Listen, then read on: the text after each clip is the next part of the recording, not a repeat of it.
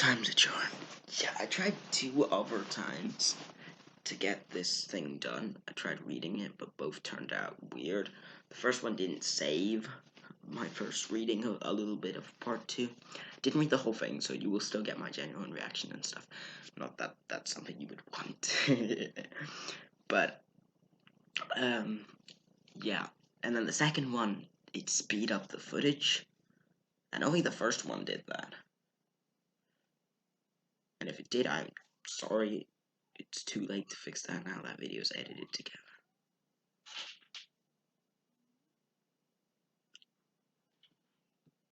So I guess I'm just gonna keep reading. I'll read the little bit that I read at the end of the last episode, or last part, and then we'll get into the new stuff. Pete continued to wave his light around. Then he saw a small stage with a closed purple curtain. A grin split his mouth. Pinned to the curtain, there was a crooked sign with the words, "Out of service." Score. Hopefully it still works. Pete, we shouldn't be here. Would you get in trouble? Like, big trouble. Like trespassing. That's against the law. That's against the law. Pete mimicked him in a tiny voice. You're such a nerd. You know that? What are you going to be when you grow up? Chuck, a cop. I'll be sure to buy you a donut on the way home. Pete shined the light next to the stage, revealing a rusted control box on the side table. The cover was broken off, and the box. Sorry, if you couldn't tell, I suck at reading. This is going to be so good. He dragged his brother to the foot of the stage. Enjoy the show, little brother. Stop it, Pete. He grabbed Chuck by his shirt and pants, giving him a wedgie, and launched him onto the stage. Chuck crashed onto the platform with "Ooh!" and Pete rushed over to the control box. He slammed his palm into a button that said "Start." Again and again. A low hum sounded, followed by a muffled click-clank. "Oh, come on," Pete yelled when nothing happened. Finally, a small curtain began to open. In a quick motion, Chuck rolled to the side. "Chuck, you wimp!" Pete rushed over to the stage, grabbing Chuck with his sneakers to keep him there. In the quick moves only fear can bring on, Chuck managed to evade his brother. He climbed to his feet, jumped off the platform, and ran. That was the fastest Pete had ever seen his brother run. He hadn't been running from. If he hadn't been running from Pete, he might even be impressed. Pete moved after him. Back then came to a halt in front of the stage as the shirt caught on something. "Dang," he muttered. He tugged on his shirt, but it was caught in a stupid nail. Choppy music sounded through the air as the curtains opened fully. Pete stood frozen in front of the fractured Foxy animatronic that was glaring down at him. Yellow eyes glowed under red brows. An eye patch flipped up over his right eye. A jaw with sharp pointy teeth hang loosely as the big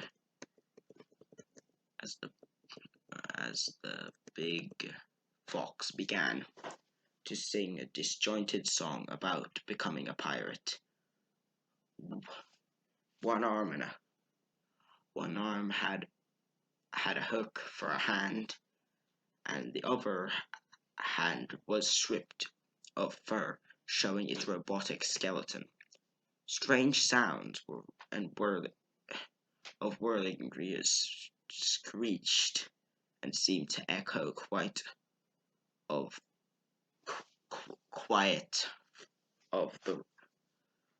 in the quiet of the room.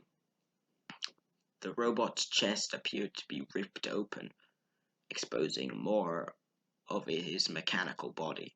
Foxy moved slowly, er, early, even though Pete knew he was a robot. His deteriorated body looked half eaten away, but by who by who knew what by who knew what. A shiver skittered down Pete's spine. He swallowed his gum. He couldn't move his gaze away from Foxy's yellow eyes as he sang. I didn't know why, just a dumb old robot. You can be a pirate, but first you'll have to lose an eye and an arm. Yar! First you'll have to use an eye and an arm. Yar! First you have to lose an eye and an arm. Yar! You have to lose a little. Yeah, it just keeps going. The old animatronic stuck to the same lyric. First you'll have to lose an eye and an arm. Yar! Pete blinked. A strange feeling came over him, like an invisible cold, heavy blanket was covering every inch of his body. Then, sinking through his skin, this is where he gets to new stuff, and into the bones. First you'll have to lose an eye and an arm, yarg. I mean, yar. I'm guessing the G is silent in yarg. Yarg, Foxy.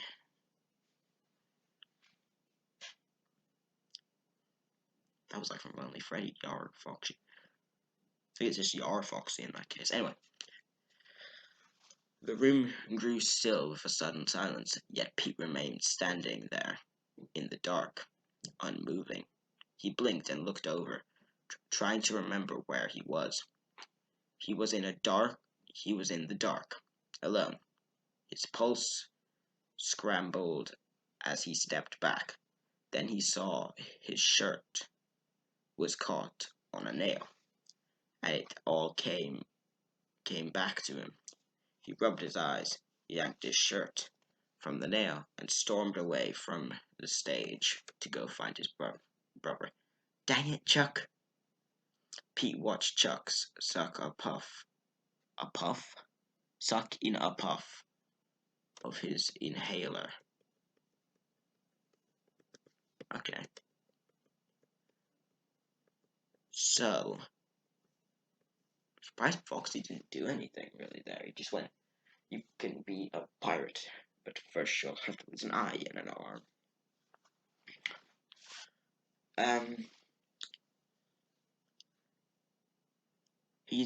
Pete's gonna end up losing an eye and an arm, isn't he?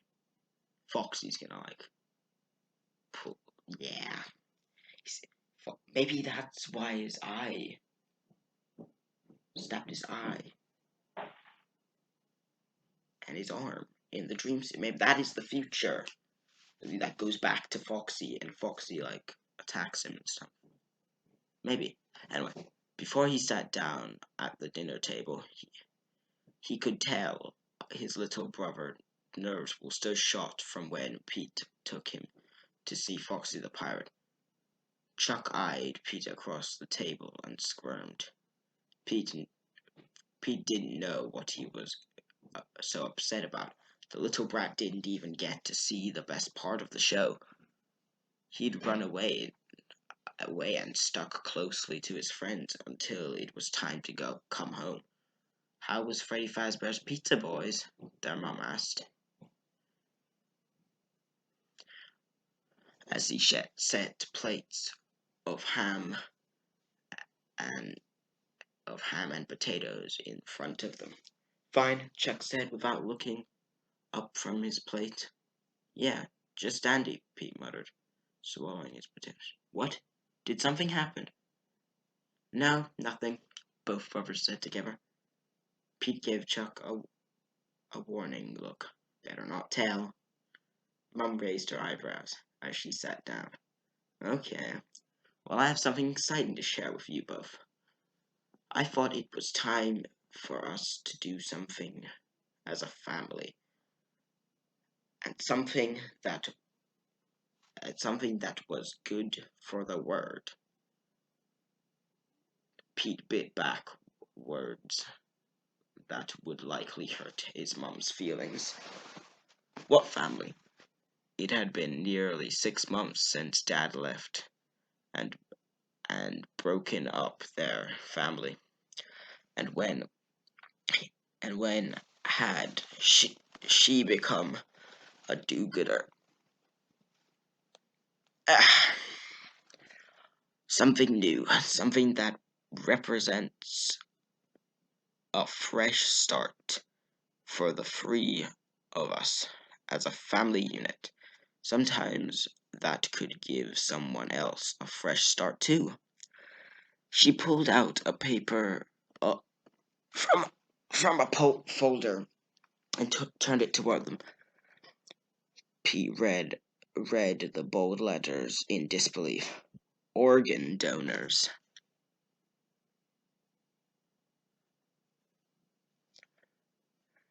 Mom nodded in excitement. His mom signed him up to be an organ donor. Wait, organ donor.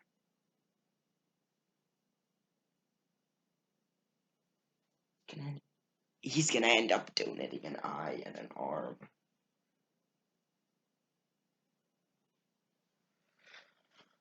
Isn't he? Anyway, Mom nodded in excitement. Yes, we'll be family donors. Doesn't that sound great? Chuck's gaze met Pete's in astonishment. This is your exciting news? You really want us to give up our body parts? Pete asked her. She waved her hand at Pete. Only if something happens to us, silly. Which obviously we don't want.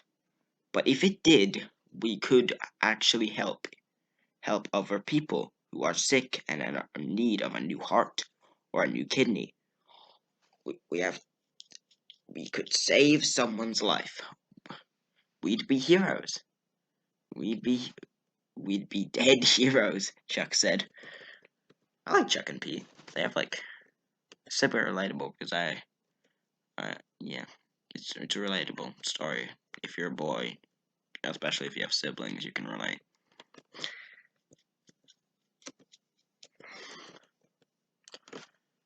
She laughed. Oh, Chuckles, you make me laugh. Yeah, Chuckles, you're a riot, Pete said. Deadpan. Chuck scrunched up his face. Hey, Mon, you know what Pete did at the pizza place?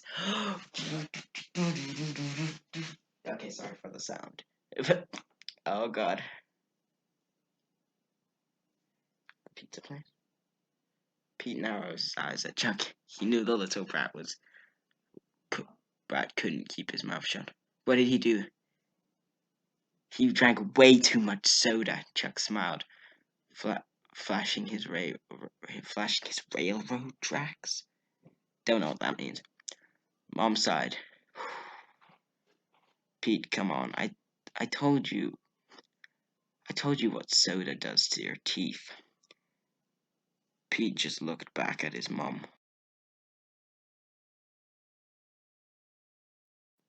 Hello. Yep, after a little bit of a cut. Sorry about that. We'll be right back to where I was a second ago. So as I was saying,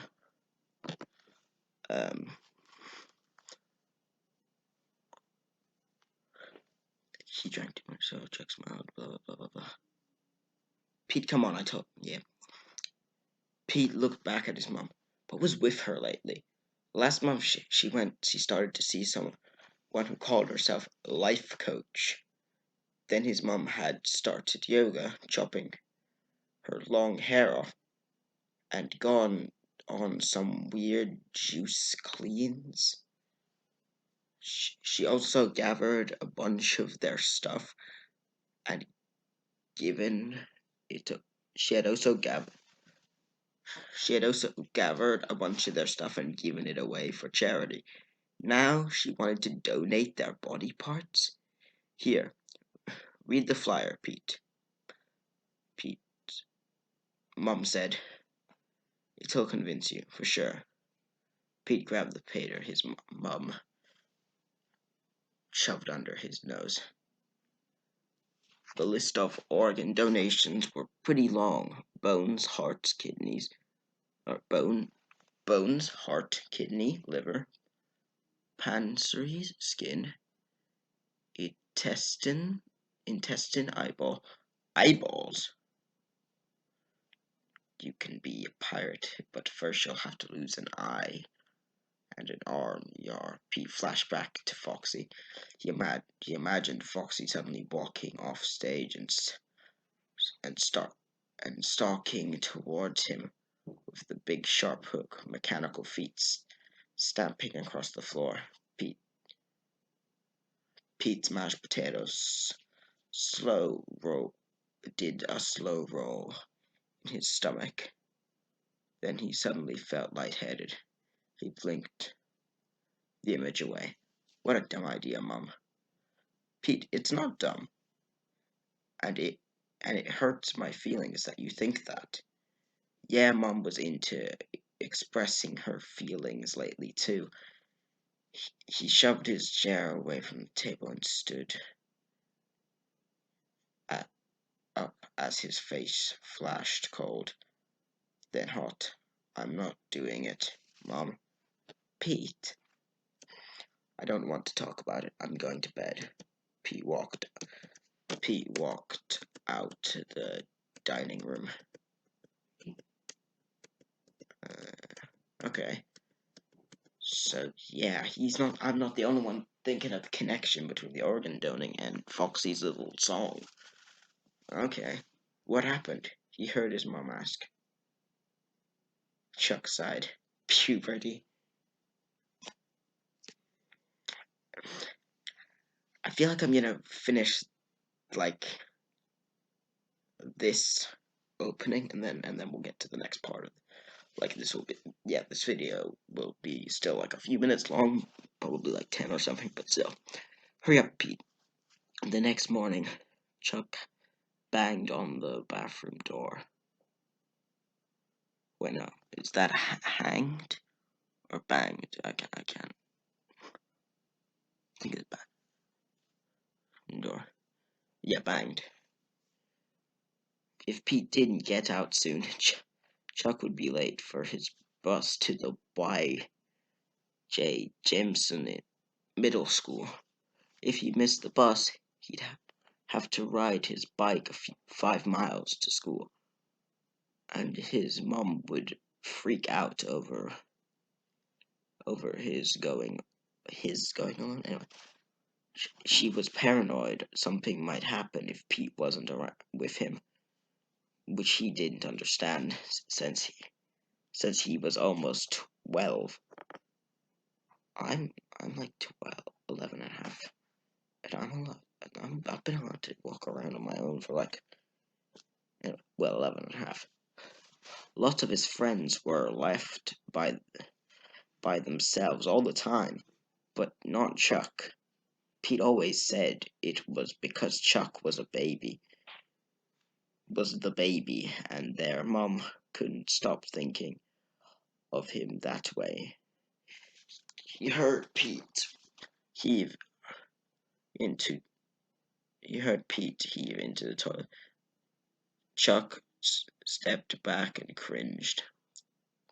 Pete was sick, he figured. Chuck's lip curled a little. That's what he deserves for trying to scare me yesterday. Then he let that thought go, as Pete heaved again, stepping back and leaning against the wall to wait. Chuck knew Dad's leaving had changed everyone. Pete was angry all the time. Mom kept searching for new things to make her happy. As for himself, he just tried to keep busy. He liked to hang out with his friends. He liked to play online video games. And he was pretty interested in puzzles. Yeah, middle school sucked. But going to school was just a part of life you had to get through. Every once in a while, he felt challenged by a project, then he'd complete it and get bored again until something new caught his interest. He got why Pete hated him half the time, because Mom made Pete watch him so much. He tried to be annoying. He tried not to be annoying, but everything that came out of his mouth seemed to annoy Pete. Maybe it was just like that with all brothers. Oh yes, it is. Chuck didn't know because he didn't have any other brothers to compare to. The toilet flushed a minute later. Pete swung the door open. A wave of serious stink wafted at Chuck. He waved a hand in front of his nose. Okay, fart keeper, ha ha ha, poopy joke. So, okay, so this is just filler. Like, huh. Pete didn't look so good. I don't feel so good. His face was so pale, his freckles stood out like tiny bugs on his cheeks. His dark hair stuck up up in different directions, like he jammed his finger in a socket and shocked himself. He might have been shocked. Maybe this has something to do with Foxy. Nah, maybe not. Jeez, Pete. What's the matter with you? Nothing. Nothing. Pete spat out. Something didn't agree with me. Probably something from that stupid Freddy Fazbear's pizza. Chuck didn't think so. Do you want me to call Mom? Pete shoved him aside. No, I'm not a little baby like you, Chuck the Chump. Chuck felt his shoulders stiffen. He hated that stupid nickname. Whatever, he mumbled. Whatever. I mean, he slammed the door and locked the bathroom behind him. Pete chugged an energy drink. He chugged an energy drink with triple caffeine while running to his bio class. But he still felt drained and exhausted. He had some pretty crazy dreams last night. He couldn't remember much, only that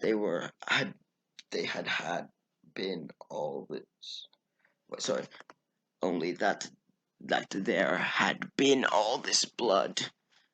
It was everywhere, pouring all over him, down his face, and over his chest and arms. When he'd jerked awake, the blankets were tangled around his body. He'd fallen to the floor, trying to unwind the blankets just so he could rush to the bathroom and blow chunks. He shivered just thinking about it. He rolled his shoulders and shoved that not so fun memory away. He probably should have stayed home, but calling his mom at work would have freaked her out, and she'd be asking him a million questions, just a million questions, like, have you been vaccinated? Or, I'm just kidding. This came out this did release in the pandemic now. Yeah, stay at home, Chuck. Pete, sorry, not Chuck. He decided to just go through the day somehow. He looped into the class, looped. Don't know how that pronounced. To class 5 minutes after the bell. Mr. Dinglewood, you are late. His name is Pete Dinglewood. Is that Dingle? It is Dinglewood. Dinglewood. Okay. Join Mr. Watson. Watson? Okay. In a bored voice. Note. Pete snatched off his hat and shook it and, and snatched off his hat and shook his head in a negative. In a negative? Is that a sentence? Anyway, he took an empty stool at the workstation in the far back, next to a kid in a black leather jacket with purple hair. Pete zipped his hat into his backpack, yeah, and set it off on the floor. Then wiped some sweat off his forehead. I'm assuming, trying to change the page. Off his forehead, yeah. He shifted awkwardly on the stool. Why couldn't he seem to keep still? As I was saying, class, we will be dissecting a frog today. Huh. Dissecting a frog today, said Mr. Watson. Watson? Okay, now stop it, Finn. You have all been quizzed on the safety rules and tools and procedure. You will work as a team with your partner to fill out the lab sheet. I expect you all to be mature young people. I know that will be hard for some of you, but there is no funny business here, or you will fail. You do not want to fail. You have 30 minutes starting now. When they both turned towards the dead frog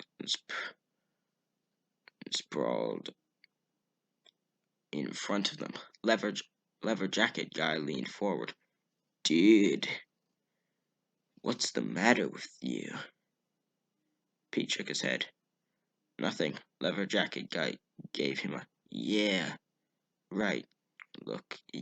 Gave him a yeah, right look, and picked a small scrapple. 10 minutes later, Pete yawned. His mouth was dry, and his hands were starting to shake from the precise cutting. Leather jacket guy smirked. Hey, check this out, he said, and poked the frog in its eye with the scalpel, whatever. A weird liquid gushed out. Sick, right? Then he shoved a blade into the frog's arm.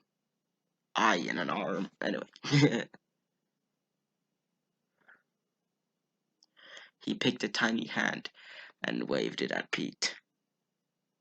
Pete shook his head. I need a break. Look, I'm sorry, I swear. I'll stop messing around. He held out the little frog. Here, let's shake on it. The kid chuckled as Pete pushed off the stool and headed to the classroom water fountain. He took a couple of drinks. Dang, he was thirsty. And he was starving. His stomach decided to growl. Then, since he'd skipped breakfast trying to make it to school on time, he was headed back to his workstation when Mr. Watson stopped him. Everything going well, Mr. Dinglewood? I still like that. Dinglewood. It sounds like a werewolf name. Dinglewood. Also sounds really dumb sometimes. Mr. Watson was shorter than him, with white hair and a white mustache. This is literally just Watson from Sherlock Holmes. Watson, he literally is small, He's tiny, a little bit shorter than other characters, with a white mustache, like glasses hung at the tip of his red nose. I mean, Watson didn't really have a red nose. As if somehow he was looking down on Pete.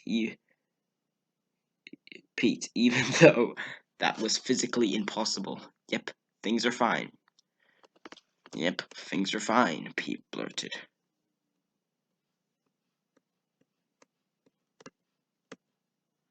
Okay. Watson?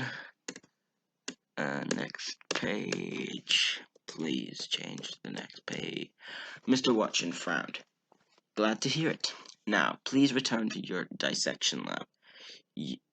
You of all people cannot afford to fail. That's what I'm doing, Pete muttered, whirling around. It all went downhill from there. Pete took a quick, long stride, and his foot landed on a pack strap instead of landing securely on the floor. That was when he slipped, losing his footing, falling backwards. He felt his toe connect with the leather jacket guy in a brutal way. The kid yelped, and Mr. Watson shouted something in reply. Pete landed on his back, his breath knocked out of him. He blinked. When he opened his eyes, he spotted the kid's scalpel in the air. Oh no! The small knife must have flown up on impact. But then, in disbelief, Pete saw the scalpel lose gravity, and fall towards his face. It's going for his eye. It's going for the eye. Coincidence? I think not. Anyway, the scalpel lose gravity, fall towards his face. The point of the tiny blade coming straight for his eye. Oh no. Adrenaline spurted through his body. With the quick reflexes that came from years of playing football, he swatted the tool away like a deadly insect. Just the blade was about to blind him. Just as the blade was about to blind him, the scalpel hit the stand of the workstation and fell to the floor.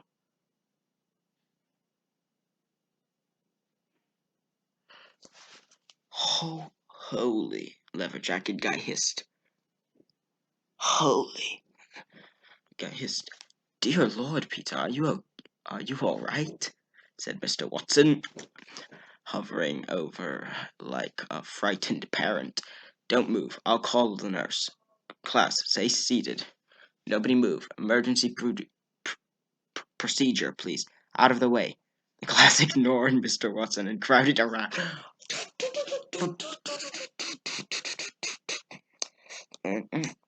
Anyway, and crowded around Pete as his chest rose up and down with heavy breaths. He didn't think he hit his head, but he felt dizzy, and it was kind of out of it. It was kind of out of it. Not to mention mortified. Somebody whispered, "Way to go, Dingleberry." A couple of kids. Yeah, what a loser. Now we know why he was kicked out of the football team.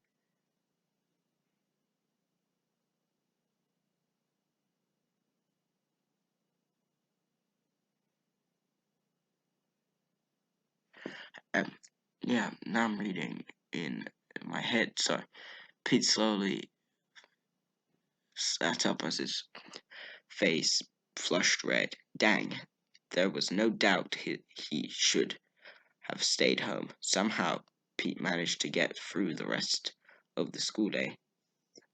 Then I just noticed I said like these pages, but I'm still going. Fine, I'll finish this sentence and then we'll be done. The nurse checked him out and had given him an ice pack and sent him on his way. It was a relief when the final bell rang and he started going home or something. I'm waiting to change the page. And walked quickly around the slow-moving kids. Though the doors and down the school front steps. Through the doors and down the school front steps. That's it. That's, no, the next thing, yeah. So, yeah, that's it. That's all for part 2. So, yeah, I hope you enjoyed that. I've been recording this for 22 minutes, 1 minute longer than the last video was, so go figure.